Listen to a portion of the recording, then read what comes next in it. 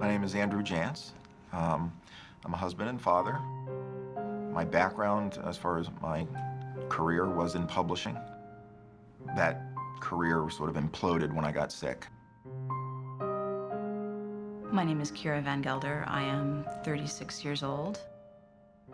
I started cutting and burning myself pretty regularly when I was 14. Christina Knight, and I'm 27.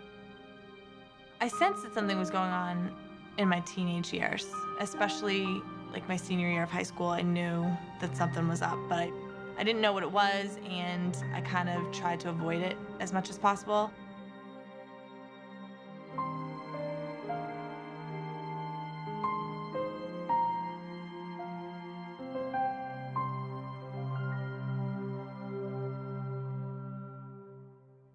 Borderline personality disorder is really a serious illness that we do currently now understand as a medical disorder that probably affects about 1% of the population. The criteria for this disorder can be grouped into three subsets: those that have to do with emotional instability, those that have to do with behavioral instability, and those that have to do with interpersonal instability.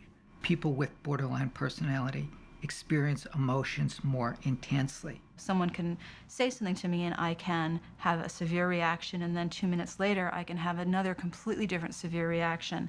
And so it's just constantly, in the course of a day, it's incredibly exhausting.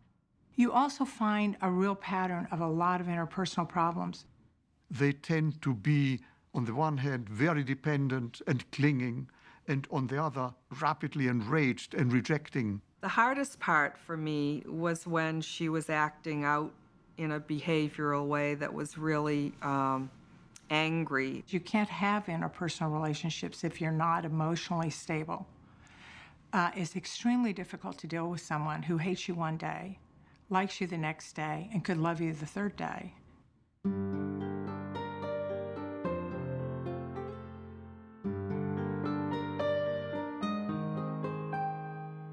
I grew up in a bunch of places. I started out growing up in Europe until I was about 6. My father was in the Air Force, and so it was myself, my mother, and my brother in Holland and Italy. I had a very active imagination. I loved art and was athletic and played a lot. When I graduated from college, publishing seemed a natural way for me to go since I was a bookworm and loved books. And so got into publishing and began to sort of climb the ladder.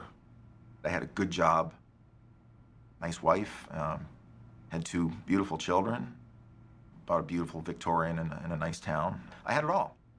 And I remember one day I was raking leaves in the front yard, and here I was in my early 30s, and people walking by were thinking, God, look at this guy. He's got everything, And I was conscious of that.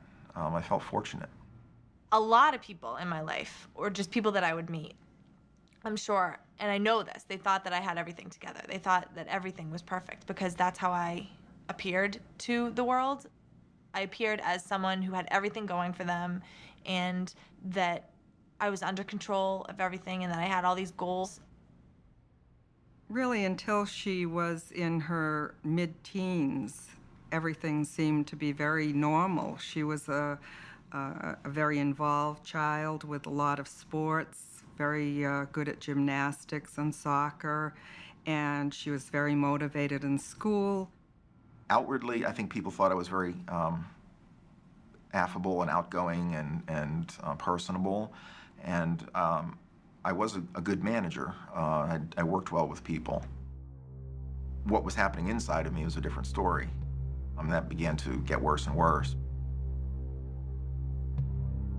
One of the things that happened when I was 6 was my parents had divorced and we had moved from Holland to Massachusetts. We were in this small community, and there's just basically a street with a lot of people on it. And one of the guys who was babysitting for my brother and I regularly was molesting me at that time. And I remember starting to develop this sort of aspect that I was always being watched, and it gave me a real sense of discomfort and anxiety when I was around groups, especially if I knew that he was going to be there, and I really didn't know how to handle the situation. I just didn't say anything to anyone. So there's I think that was really the beginning of my sort of shift into being more socially awkward and more fearful.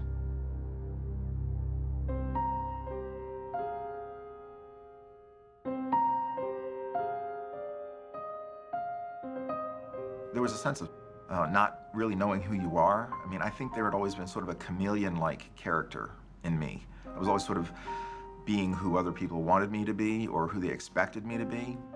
And I felt that in the morning, it was almost like I had to sort of zip on my suit and tie, you know, put on this persona of you know, confident manager and go into work. And I'd sort of just get through the day. And then afterwards, walking to my car in the garage, it was just like a total deflation. I felt totally depleted. Like I had given everything I had just to get through the day. And by the time I got home, I had nothing left for my wife and kids. I feel like I don't really have a group that I can identify with. I don't really feel like I fit in with my family. I don't feel like I fit in as a college student. I don't feel like I fit in whenever I work someplace. And that's probably because I don't have an idea of who I am. My way of coping was to start journals of how I should have a personality. Writing down, like, this is the type of person I should be so that people will like me and I can therefore be a part of something, you know, and I would study people, and my writing was about observing other people and how those observations could be in one way or another applied to how I should be, because I didn't know how to be. You could actually define borderline personality disorder as the I don't fit in disorder. They are, in my opinion, the ultimate outsiders. They oftentimes try to conform to what they think other people want from them. When we got married, he pushed himself down a path. Now he was going to be a husband, a father, a homeowner. He was going to get on a track. Maybe that was what he was supposed to do, and that would make him happy. We went down that track, and it didn't make him happy. And I think that that engendered a lot of anger inside of me that began to sort of fester. And it began to feel like it was eating me up from the inside, like I was rusting through inside.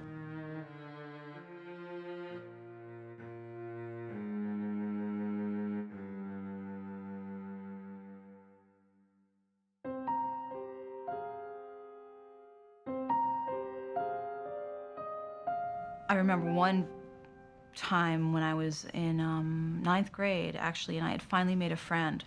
And this was like a friendship where we were spending time together, and I was so happy. I mean, it really, and my relationships with people tended to be so intense, and I didn't really know how to kind of just have casual friendships. I was like, you know, you're my best friend forever and ever, you know, and probably the 6 months, 8 months of our friendship, this young woman lost a lot of weight and went through this transformation.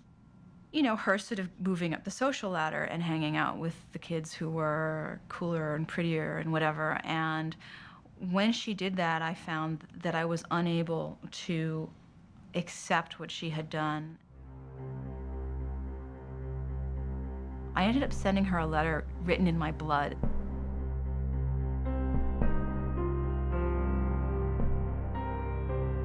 Writing a letter in your own blood is a beautiful example of communication of a desperate need, which would be very difficult for the other person to ignore. This is a group of people who often need other people to regulate them. The relationships that they form are often breathe life into them. And therefore, if the people who are regulating them in some way are getting ready to leave them, it can feel like a life and death proposition. Absences or separations from those relationships, once they're established, are catastrophic in their significance. Like I don't exist myself.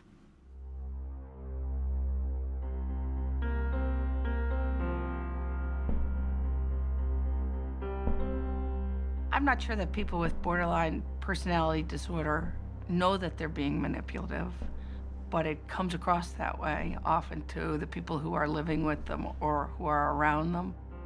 Sometimes for the family members, it's almost like walking on eggshells. sometimes living your life in what you think is a normal way is upsetting to them, so you stop doing that, and then you feel like that was their purpose all along. People see the emotional sort of, I think there's a phrase, I hate you, don't ever leave me. People tend to see it not as a medical condition, but as just somebody being difficult, dramatic, self-absorbed. And these were all things that people should be able to control because it's not an illness. Manipulation assumes that a person has the skills to think about and then execute a plan. And manipulation in that sense, I don't think can be applied to people with BPD because it's all about knee-jerk reactions and desperately trying to get something to feel secure and safe and okay again. And so for me, when I was sending letters of blood to people, written in blood, one could say that was a tad manipulative. On the other hand, you could just as easily say I had no clue about what I was doing. I had no idea how to get people to pay attention to me in ways that would work. Manipulation is when you consciously try to get someone to do something for you without them knowing that you actually got them to do it. These individuals very rarely have the interpersonal skills to figure out how to get you to do things in an unobtrusive way.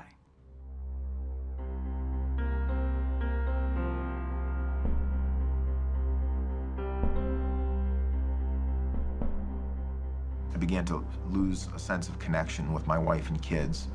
It was becoming less and less engaged with them, withdrawing from them, very irritable, anger percolating, surfacing at inappropriate times. I can remember him having a conversation with my sister on the phone that for some reason something she said just put him over the edge. He slammed down the phone and broke the glass coffee table because he slammed down the phone that hard. And I was like, oh my God.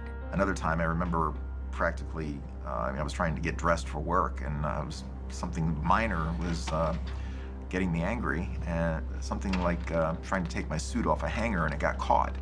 And I just began to sort of start ripping, and slamming the closet door, things like that.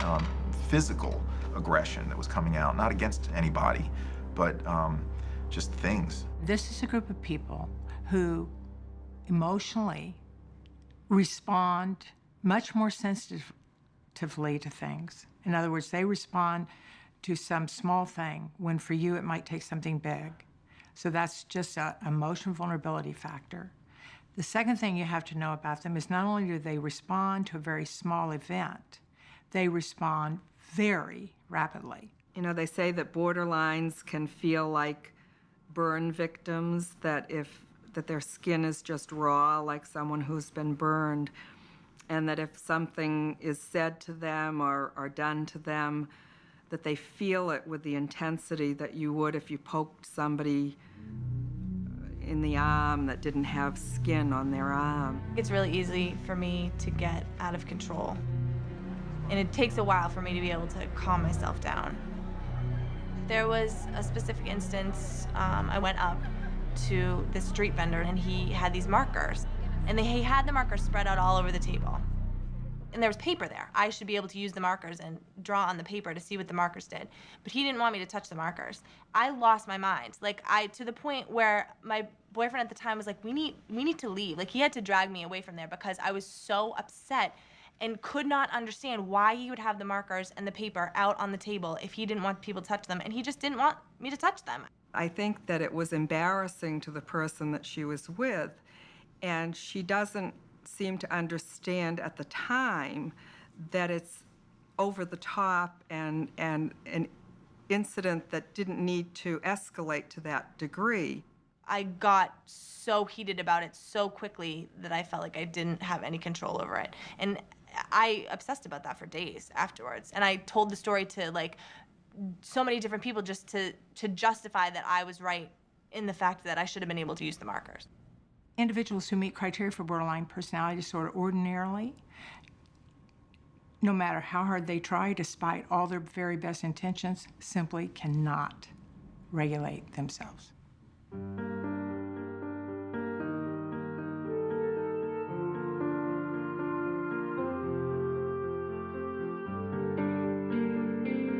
I would make relationships with people based on these really sort of, these behaviors that were self-destructive.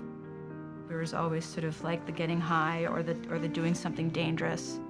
And then getting, crazy drunk and dancing with people and going out to parties and having sex with people who were very attractive and ephemeral, and I would never see them again. Christina tends to have risky behavior, whether it's drug use or whether it's driving her car very fast. I know that there's certain people that I've met that haven't been great for me, like they have been doing drugs or whatever, and I will go to the extent to where I will actually do the drugs just so I fit in with them, and that's not necessarily the greatest thing. She also has eating difficulties, and so she's been bulimic, and I think that that's a risky behavior that could, ultimately be life-threatening. That constant level of intense distraction and chaos is a way to distract from all of the painful things that are going on. A lot of the dysfunctional, problematic behavior that an individual who meets criteria for borderline engages in, if you look at the behavior, you will see that that behavior, in fact, is highly effective at regulating their emotions. The only big problem with that behavior is it regulates it short term instead of long term. That is the problem.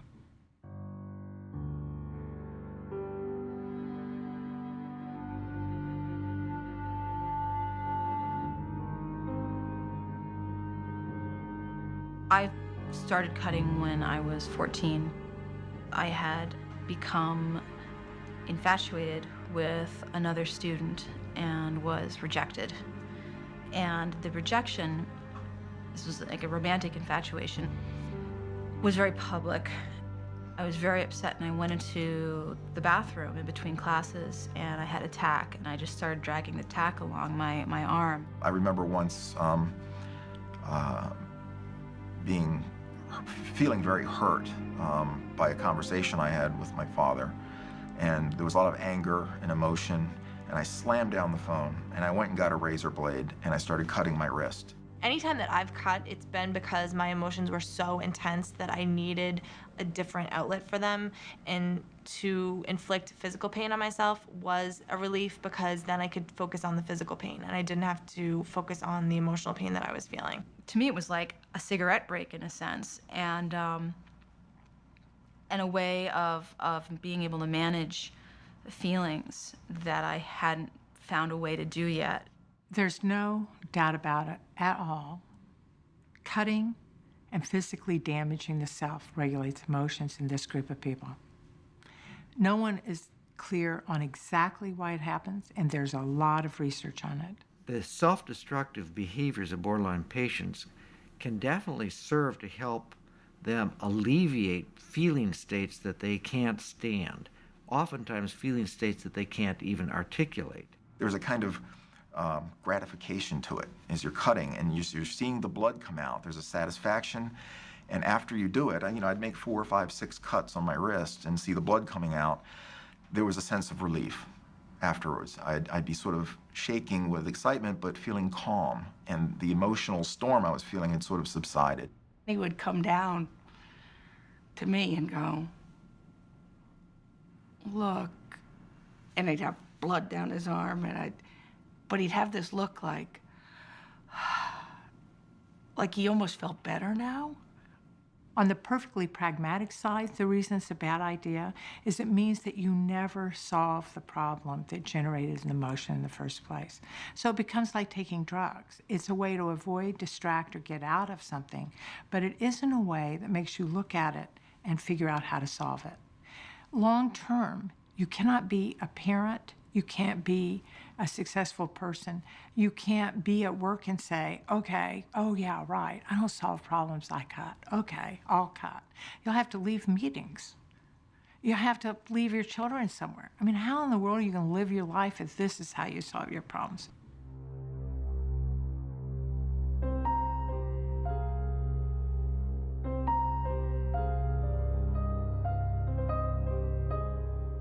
As I began to feel more and more worthless as a person.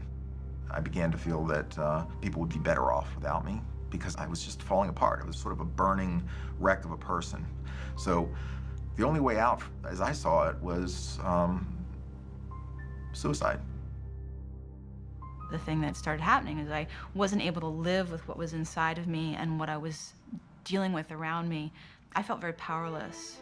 So I started going into my parents' liquor cabinet and drinking from all the bottles.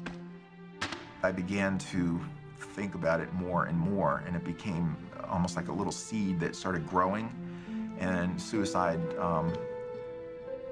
became more and more of an infatuation. And all of a sudden I found myself listening to Nine Inch Nails, Smashing Pumpkins, Pink Floyd, a lot of real kind of dark, you know, the Downward Spiral by Nine Inch Nails was basically an album about somebody's self-destruction. And I used to listen to that, and it was, you know, it really spoke to me.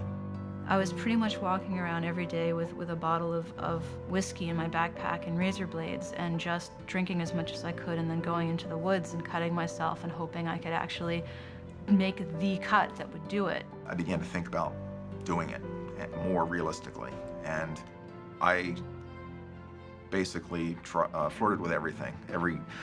I would walk up on bridges, highway overpasses, and just look down and think about jumping. I put a loaded shotgun on my mouth. I would stand up on a stool with a noose around my neck. Overdosed massively a few times. There was a math test, and you know, 7th grade, and I remember panicking because I couldn't find the math notes. And that night before the test, I went into my mother's drawers in her bedroom, and I knew that she had pills there. So I ended up taking the bottle of pills, thinking, okay, this is it. I failed, but they obviously weren't enough to do anything. And I woke up in the morning and felt disappointed. I used to go to work, and I'd look at the subway trains pulling into the station and think about jumping in front of them.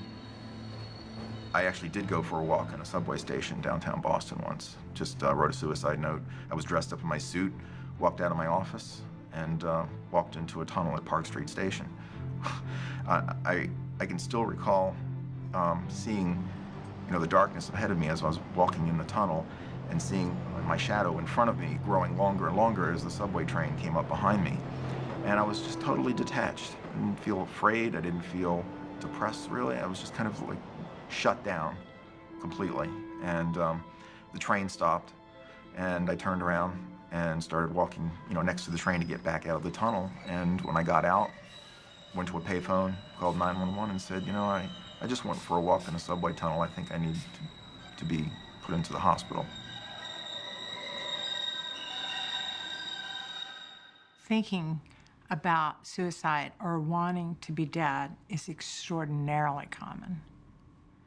Suicide attempts are very common, and suicide itself is very common. Between 8 and 10% of people who meet criteria for borderline personality disorder ultimately end up dead by suicide. Borderline patients are deeply ambivalent about whether to live, and if there isn't somebody who affirms their wish to have them alive, they'd just as soon be dead.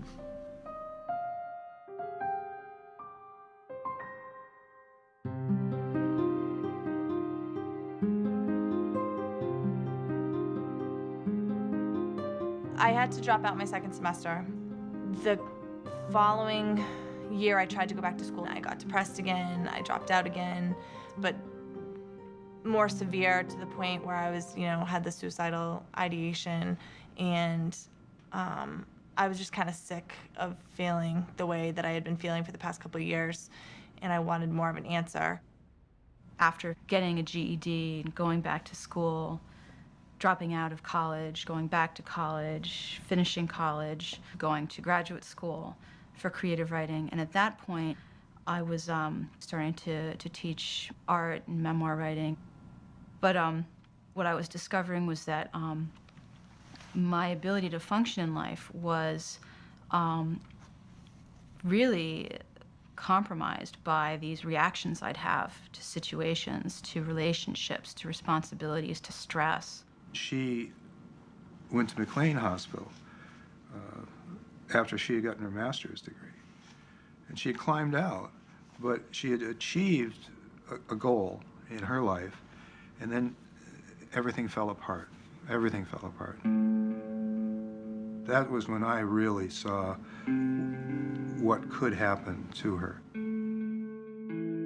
I came in with a very serious list of complaints, which was that I couldn't keep a job, I couldn't tolerate being in relationships, they were too painful, that my emotional life was out of control, and I, was crying and reacting all over the place, couldn't drive a car because I couldn't think straight, and I thought people were chasing after me, and that I was constantly feeling suicidal.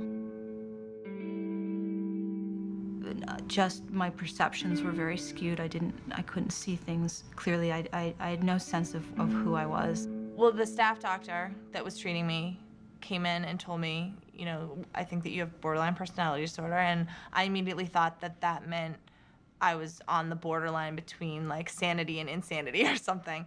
And he said, no, that's not what it is, and he kind of explained to me the criteria. Do you find that you fear abandonment, and will desperately try to avoid it at all costs? And I was like, yeah. And he said, well, do you find that you're really emotionally labile, and you up and down and change, and you're sensitive to the things around you and rejection? And I said, oh my God, yeah. And just sort of checked over the list. There's 9 criteria, and stormy relationships, and when people, do you idealize people, and then when they disappoint you, do you devalue them? And by the time he got to the 9th one, he's like, do you experience paranoia when you're under extreme stress? And yeah. And everything he said to me was like, oh, I have that, I have that, I have that. So that to me was like, oh, there is something out there that explains this. People with the disorder more commonly than not find it a great relief to be diagnosed. It's like looking in the mirror is a common phrase. It's like, oh my God, I'm something. And the something is understandable. Somebody could actually understand me. And if they understand me, maybe I could understand me. Maybe other people are like me, which means that I'm not so alone. I am not different from everybody in the world. I'm not an outsider every single place I am. And also, there's an enormous relief that there might be a treatment. Borderline personality disorder is an eminently treatable disorder, and patients can be helped. And with good therapeutic resources, patients have a good chance to get better. There are many therapies which are appropriate and helpful for borderline patients. There are the individual psychotherapies, there are psychosocial therapies, which include family interventions and group therapies, and there are medications. Psychopharmacological treatment is an auxiliary treatment that is helpful in many cases.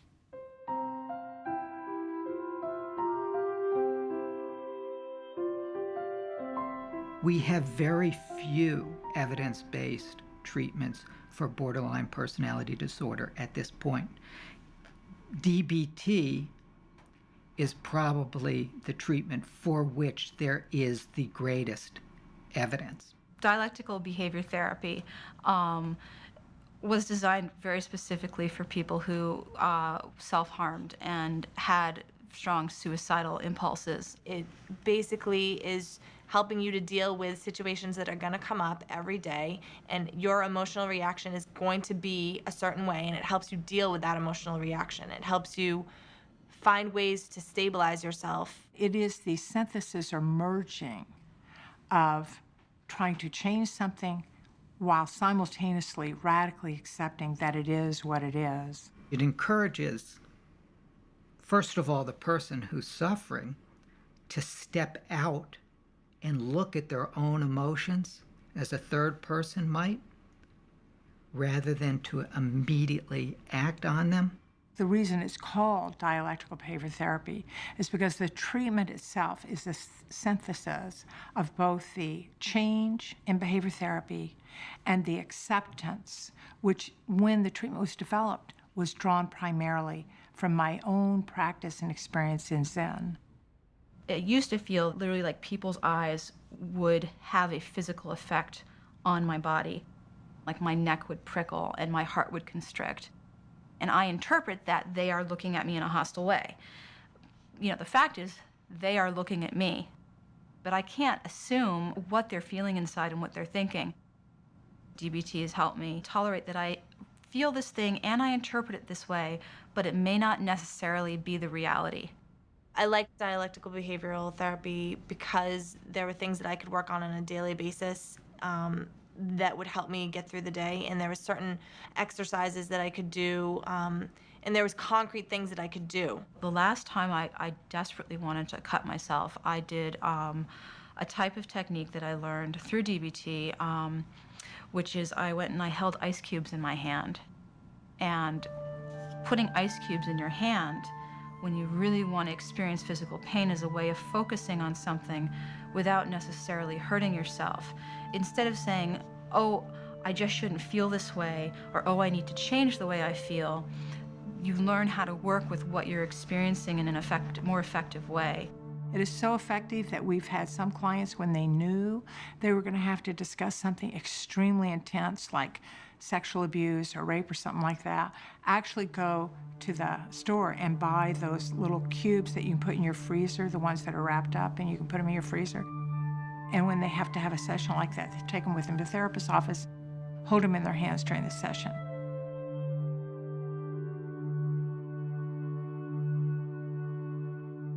The other forms of treatment which have been empirically validated include a transference-focused psychotherapy, which is a derivative of the early psychoanalytic treatments and focused much more on the importance of interpretation and understanding the ways in which oneself, the borderline patient, distorts their views of other people and of themselves. It tries to bring about an integration of the patient's concept of self and of the patient's concept of significant others. When I got into therapy, I began to open up and to talk about all kinds of things that were bothering me, and one of the things the therapist would try to do is to dissect a particular incident to see if there were triggers that would set that off. And I also participated in group therapy in the hospitals because all the sort of walls came down and the pretenses and all these things that you sort of erect around yourself in the outside world. And people are very open and honest and are willing to talk about very intimate and upsetting things.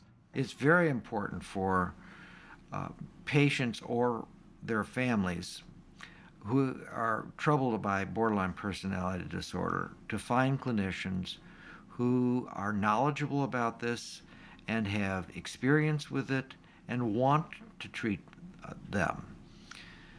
To seek treatment from people who don't have those qualifications is likely to make the patient worse. The right practitioner and the right treatment are what's required. You can find a really fabulous person who doesn't know treatment or how to treat this particular population. You can find a person who knows an effective treatment who the patient can't relate to. That's not going to work either. You've really got to have both.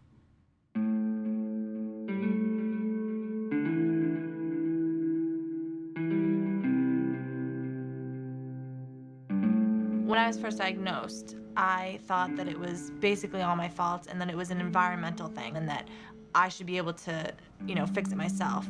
And then later, when I started going to these conferences and learning more about the disease, they came out with studies saying that there are chemical and biological reasons for this disease. And so that, to me, was a huge relief because, again, I felt like, oh, there really is a reason for this. It's not just because I am not dealing well with situations. It's not just because I'm not working hard enough to feel better. It's because I have chemical things wrong in my brain. Borderline personality disorder, for sure, has a predisposing biological base. And whether somebody gets the illness depends upon the environment.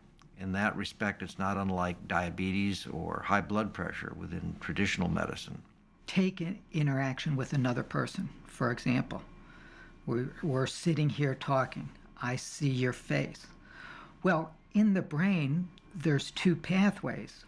One, directly to the visual cortex that shows me the actual image of your face, so I have a mental picture of it, but also a second pathway that goes to what's called the limbic system, particularly the amygdala, so that I can assess the emotional impact of your face. And these two are integrated in terms of my appraisal of you, and then, of course, my behavioral response to you. One of the most interesting findings is the finding that the amygdala, the area of the brain that signals danger and fear in borderline personality disorder, seems to be overactive.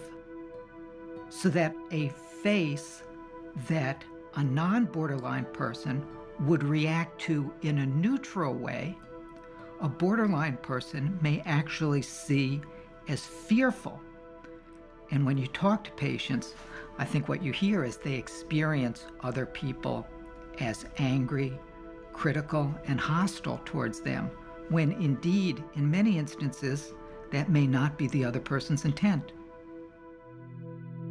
While the amygdala, the part of the brain that signals danger, is overactive in borderline personality disorder, the prefrontal cortex, the part of the brain that's responsible for higher order thinking, which can inhibit the behavioral response to this alarming signal, seems to be underactive. It doesn't surprise me that people's brains are actually wired differently, that Andy might have kind of an ultra sensitivity to things that create, to emotional things too. I think over the past 10 years that as we've come to understand the physical component of mental illness, people have begun more and more to think of it as a real illness as opposed to just somebody, having emotional problems and they unable to deal with things and, come on, snap out of it, that sort of thing. Although we're just beginning, in a sense, like Columbus leaving the port, we're beginning to understand some of the neural circuits involved in various aspects of this dysregulation.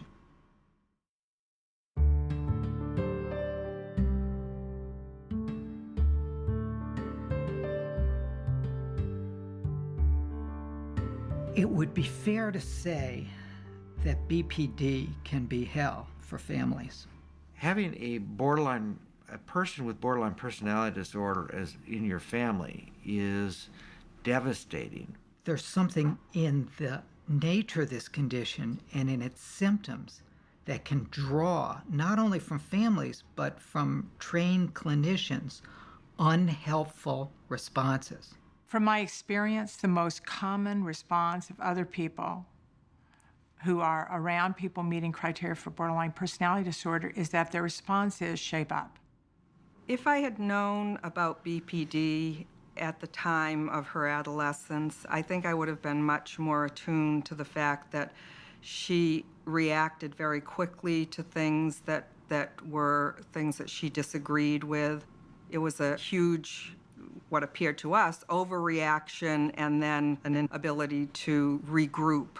So I think that was a big sign that I missed because I didn't understand what that would have to do with mental illness. They know the person's emotional, but they don't know why. And they really don't have the fundamental understanding that the person's actually doing the best they can.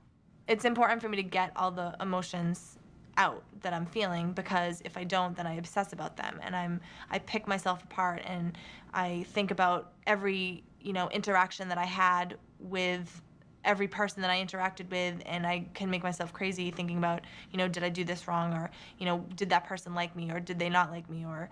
The real tragedy for the individual is they say, I can't regulate it, and the other person says, yes, you can. So, of course, then they start feeling worse about themselves, thinking that they can, but they just don't want to. What really helped me was when I realized that it wasn't about me, that I wasn't necessarily what she was angry at and the target of it, but that I was just there to be somebody that she could vent all of this feeling that was about something else.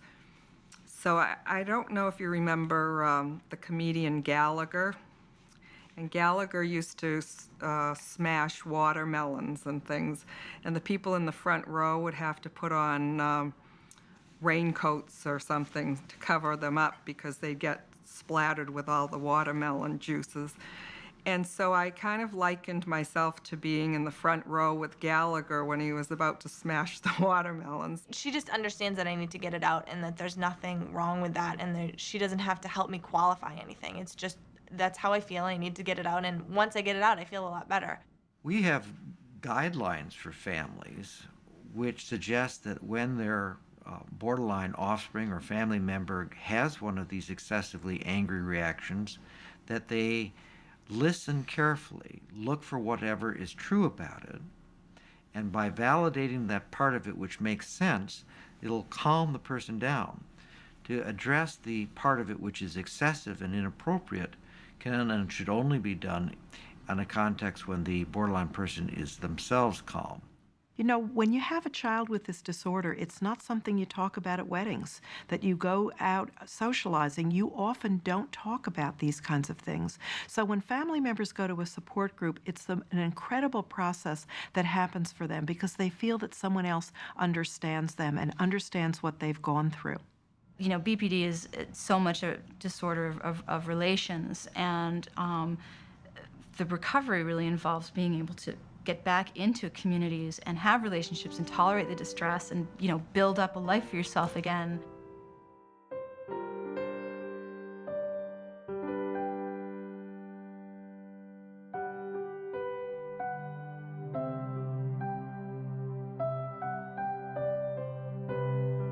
I've found that insurance doesn't want to cover borderline as the initial diagnosis, that oftentimes you need to be given a different diagnosis, an Axis I diagnosis, such as bipolar, and that will be accepted for insurance. Regrettably, families may have to strengthen themselves to fight insurance companies when they do wrongfully deny coverage for what is indisputably a medical disorder. There's an effort to find brief treatments that will get these patients going. That's an illusion. These patients need long-term treatment. I think it's important for families to recognize that the first no from the insurance company shouldn't be the last word on the subject. The key thing to recognize about borderline personality disorder is you can't decide not to treat it. The insurance companies have to come to grips with this particular reality. The saying we won't pay for the treatment doesn't mean they don't pay for the treatment. They do pay for the treatment. Somebody pays for it. Because when you don't give them treatment, they show up in the emergency room and no one can kick them out of there. When they get to the emergency room, they often get on an inpatient unit. That's extraordinarily expensive care.